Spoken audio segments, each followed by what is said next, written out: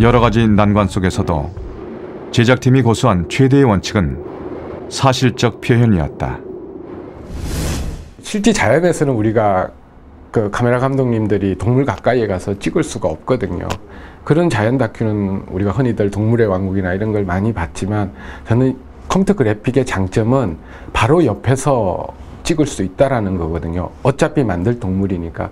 그래서 어쩌면 저희 전체적인 프로그램에서 나타난 거는 마치 매머드 한 마리가 다른 매머드 무리를 보는 그런 움직임과 그런 것들을 현장감 있게 표현하기 위해서 전체적인 비디오의 어떤 큰 줄기를 잡았다고 저는 생각합니다. 실제로 존재하지 않는 동물을 현장에서 추측을 해서 스케일감이나 이동 방향이나 이런 것들을 상상을 하면서 촬영을 해야 되기 때문에 좀 힘들었고요. 배경 역시도 하나의 화면이 아니라 여러 개의 화면이 합성을 해서 이루어지는 거기 때문에 후경에는 무엇이 들어올지 정경에는 무엇이 들어올지를 생각을 해서 배경을 잡아야 되기 때문에 일반 촬영하고는 좀 다른 점이 있었습니다.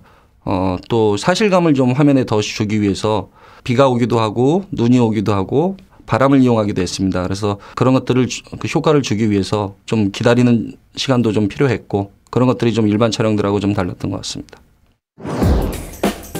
기본적인 캐릭터가 완성된 후에는 좀 더 사실적인 표현을 하기 위해 모든 노력을 기울였다. 연결이 되는 것 같은데 여기가 지금 제일 문제인 것, 그런 걸 표현할 수 있는 그런 걸 수 있고, 아까 코와 코만 없는 거라도 실제 같은 느낌을 살리기 위해 출연 동물들의 동선을 자연스럽게 연결하고, 이들이 움직일 때 햇빛의 방향을 고려해 색을 보정하고, 지나간 자리 뒤로 나뭇잎이 바스락거리는 효과를 주기도 했다.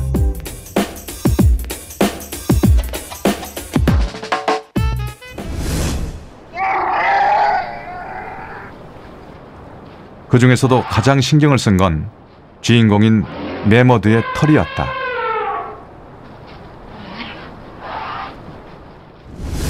결국에는 털이라고 해서 몸에 난 털의 길이가 다 같지는 않거든요.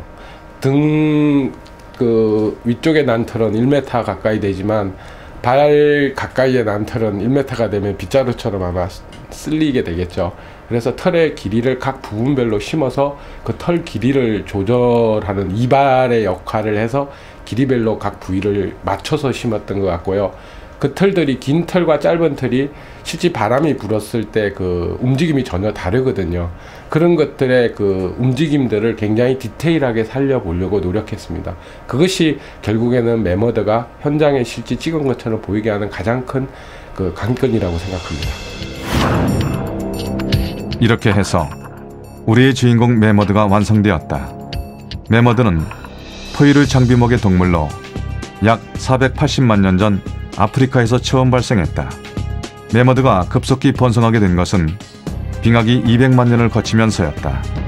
이들은 유럽의 맘무투스 트로곤테르아이, 시베리아의 맘무투스 프리미게니우스, 아메리카의 맘무투스 콜롬비 등으로 나뉘며 전 세계에 퍼져나갔다.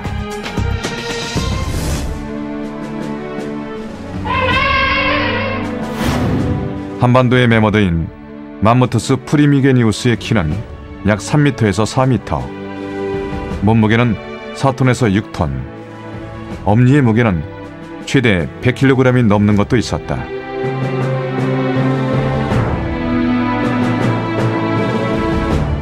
두꺼운 가죽 안에는 8cm나 되는 지방층이 있었고, 털은 겉털과 속털 이중으로 났으며 겉털의 최대 길이는 90cm를 넘기도 했다. 추위 속에서 열 방출을 최대한 막기 위해 귀는 작았고 꼬리는 짧았다.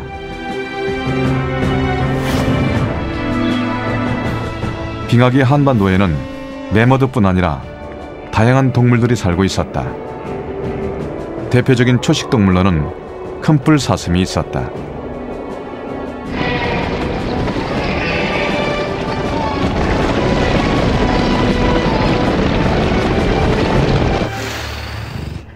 빙하기 한반도에는 사자도 있었다. 사자의 한 종류인 동굴 사자다.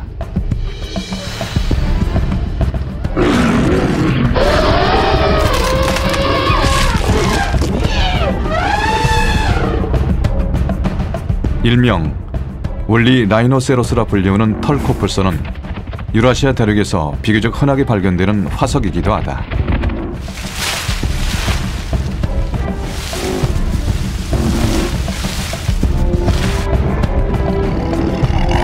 검치 호랑이는 아직까지 화석이 발견되지 않았지만 동물들의 이동 경로나 먹이사슬 구조를 따져봤을 때 그들이 한반도에 살았을 개연성은 충분하다.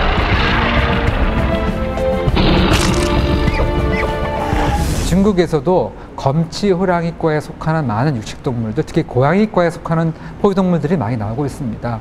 따라서 매머드가 이 한반도 지역으로 이동했을 때는 당연히 매머드를 먹잇감으로 노리고 있었던 육식동물들, 검치 호랑이나 아니면 많은 육식동물들도 따라서 한반도로 이동했을 가능성이 충분히 높습니다.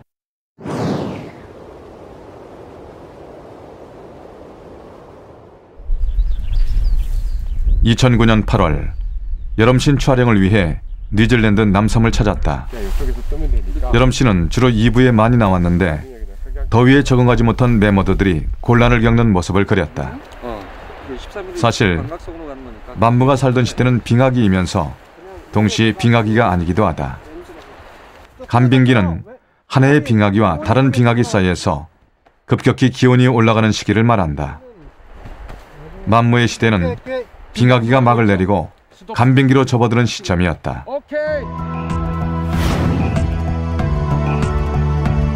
빙하기 200만 년은 여러 번의 빙하기와 간빙기가 반복되는 기간이었다. 빙하기 절정에 비해 간빙기의 평균 기온은 약 6도 정도 높았다. 그러나 6도라는 수치는 지구 전체의 평균일 뿐 극지방으로 갈수록 기온차는 심해졌다.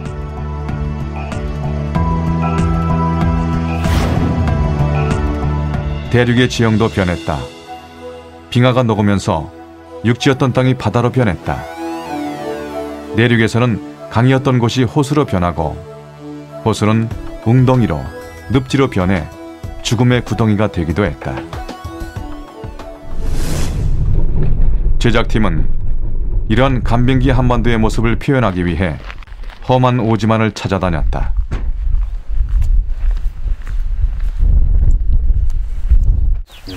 느낌 있죠? 촬영에 적합한 오지일수록 제작진에게는 버티기 힘든 악조건의 상황이 벌어졌다.